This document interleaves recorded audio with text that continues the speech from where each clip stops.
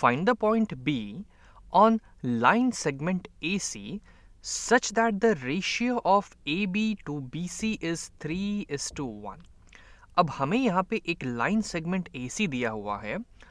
हमसे बोला गया है कि इस लाइन सेगमेंट AC पे एक पॉइंट हमें B मार्क करना है इस तरीके से कि AB/BC का जो रेशियो है वो 3:1 हो। जैसे कि अगर मैं इस सेम लाइन को यहाँ पे फिर से ड्रॉ करूँ, मान लेते हैं कि ये है मेरी पॉइंट C और इसको हमने ज्वाइन कर दिया A के साथ। मान लीजिए A यहाँ पे है कहीं पे, ठीक है। अब मान लेते हैं कि B पॉइंट जो है हमारा वो कुछ यहाँ पे है, ये हमारा पॉइंट B है।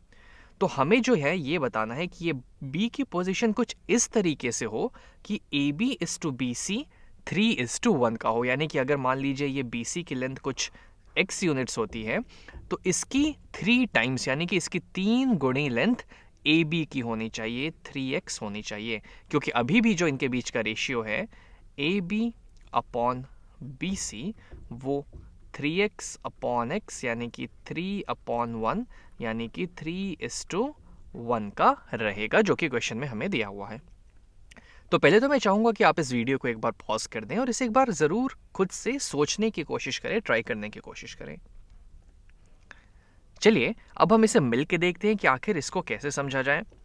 तो इस लाइन को देख के मान लेते हैं कि इसकी लेंथ है BC की लेंथ हो गई x, AB की लेंथ हो गई 3x। तो इसको देख के एक चीज़ और जो मेरे दिमाग में आ रही है कि इसकी टोटल लेंथ जो है, इसकी टोटल लेंथ x + 3x यानी कि 4x यूनिट्स में मान सकता हूँ।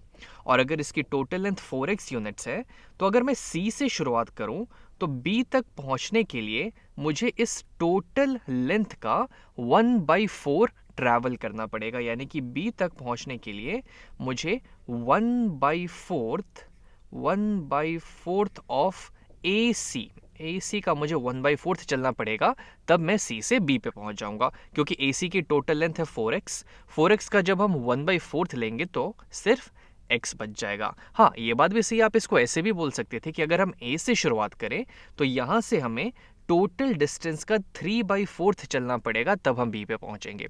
तब आप इसको ऐसे समझ ले या ऐसे समझ ले, एक ही बात है। लेकिन इसको सॉल्व कैसे किया जाए, आखिर B की पोजीशन पता कैसे की जाए?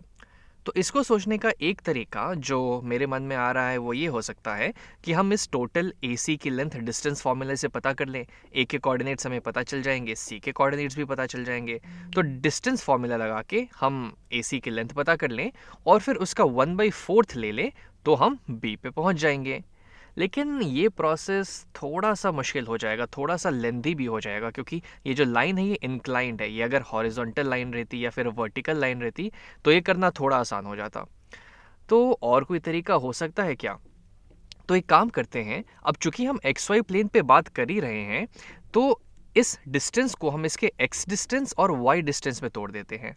मेरा मतलब हुआ कि अगर C से हम A पे पहुंचने की बात कर रहे हैं तो उसके लिए पहले हमें यहाँ से इतना x डिस्टेंस कवर करना पड़ेगा। यहाँ से हम पहले यहाँ पहुँचेंगे और फिर इतना y डिस्टेंस कवर करना पड़ेगा अलोंग y डायरेक्शन, तब जाके हम A पे पहुँच जाएंगे।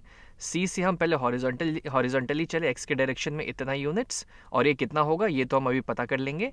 और इतना चलने के बाद जब हम y डायरेक्शन में इतना बढ़ेंगे तब हम A पे पहुंच जाएंगे। यानी कि अगर हम इस लाइन पे किसी भी पोजीशन की बात करें, जैसे कि मान लीजिए एक पोजीशन हम यहाँ ले लेते हैं, तो यहाँ तक पहुँचने के लिए हमें जो है पहले इतना x डिस्टेंस चलना पड़ेगा और इतना y डिस्टेंस चलना पड़ेगा। हम लाइन के अलॉन्ग चलेंगे तो ऐसे पहुंच सकते हैं इस पॉइंट पे, लेकिन अगर x और y के टर्म्स में बात करें तो इतना डिस्टेंस हम x के डायरेक्शन में गए और इतना डिस्टेंस y के डायरेक्शन में गए। सेम चीज़ हम b को पता करने के लिए भी यूज़ करते हैं। तो पहले तो एक काम करते हैं, इस चीज़ को हटाते हैं, ये तो हमने समझने के लिए बस बनाया था। हम पहले a और c के कोऑर्डिनेट्स पता कर लेते हैं। a के कोऑर्डिनेट्स हो जाएंगे, a का x कोऑर्डिनेट है 9 और y कोऑर्डिनेट है 5, तो ये हो जाएगा 9,5 के बराबर। और ये ठीक है, ये सही है। और C के कोऑर्डिनेट्स हो जाएंगे -7,1। यानी कि अगर मुझे C से A पे पहुंचना है तो पहले मैं X के डायरेक्शन में इतना बढ़ूंगा यहाँ तक, और ये डिस्टेंस कितनी होगी, तो इस पॉइंट का जो X कोऑर्डिनेट है वो है 9। यानी कि मैं -7 से 9 पे पहुंचा, यानी कि टोटल डिफरेंस यहाँ पे कितना है 9 माइनस ऑफ -7, यानी कि 9 + 7 यानी कि 16 यूनिट्स में इस डायरेक्शन में आगे बढ़ा हूँ। और फिर यहाँ से मैं ए पे ऐसे वर्टिकली चल के पहुँच सकता हूँ, ऐसे स्ट्रेट। तो यहाँ पे ये कितना डिस्टेंस होगा, तो इसका y कोऑर्डिनेट हो जाएगा यहाँ पे 1। तो 1 से मैं 5 पे पहुंच रहा हूँ, यानी जो चेंज आ रहा है वो 4 यूनिट्स का आ रहा है, तो इसकी लेंथ हो जाएगी 4। तो अब चलिए मान लेते हैं बी पॉइंट कहीं यहाँ पे होती, मान लीजिए अगर बी पॉइंट यहाँ पे होती, तो अब हमने ये देखा कि अगर हम सी से अगर बी पे डायरेक्टली लाइन के अलोंग पहुंचना चाहें, तो फिर हमें इस AC का 1/4 डिस्टेंस, इस AC का टोटल AC का 1/4 टाइम्स कवर करना पड़ेगा। ये हमने यहाँ देखा था। तो अगर अब हम x और y के टर्म्स में बात करें, तो सेम पॉइंट B पे पहुंचने के लिए हमें इस टोटल x डिस्टेंस का 1/4 चलना पड़ेगा, तो हम यहाँ पहुंच जाएंगे। और इस टोटल y डिस्टेंस का जो हम A तक पहुंचने के लिए ट्रैवल कर रहे हैं, उसका भी 1/4 चलना पड़ेगा, तब जाके हम इस B पे पहुंच जाएंगे, क्योंकि हमने इस डिस्टेंस को इसके x डिस्टेंस और y डिस्टेंस में तोड़ दिया है। और सेम लॉजिक हम इसमें भी लगा रहे हैं। एक बार फिर से मैं इस बात को दोहरा देता हूं, क्योंकि ये बहुत ज़रूरी बात है कि C से B तक पहुंचने के लिए इस लाइन के अलोंग हम 1/4 ऑफ AC चलें, इस टोटल डिस्टेंस का 1/4। अब इस टोटल डिस्टेंस को हमने इसके x डिस्टेंस और y डिस्टेंस में तोड़ दिया है। तो यहाँ से B पे पहुंचने के लिए x के अलोंग हमें इस टोटल x डिस्टेंस का, यानी 16 का 1/4 डिस्टेंस चलना पड़ेगा।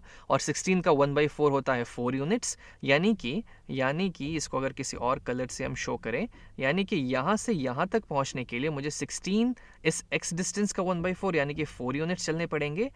और अगर हम y डिस्टेंस की बात करें, तो C से A की तरफ जब हम वर्टिकली मूव कर रहे हैं, तो हम 4 यूनिट्स मूव कर रहे हैं, यानी उसका 1/4 हमें B पे पहुंचने के लिए ट्रैवल करना पड़ेगा।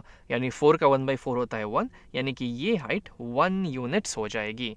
तो B के कोऑर्डिनेट्स क्या होंगे, C से 4 यूनिट्स इधर राइट की तरफ, यानी कि 1 2 3 4। हालांकि B की पोजीशन तो हमने ऐसे मानी थी, ये 4 यूनिट्स यहाँ तक होगा और 1 यूनिट ऊपर की तरफ, यानी कि यहाँ पे एक्चुअल B पॉइंट आ जाएगा। ये और इसके कोऑर्डिनेट क्या हो जाएंगे, यहाँ पे B पॉइंट है तो इसके x कोऑर्डिनेट हो जाएगी 4 है, यहाँ पे आ जाएगा -3, और यहाँ पे इसका y कोऑर्डिनेट हो जाएगा 2। तो ये हो जाएगी B की पोजीशन।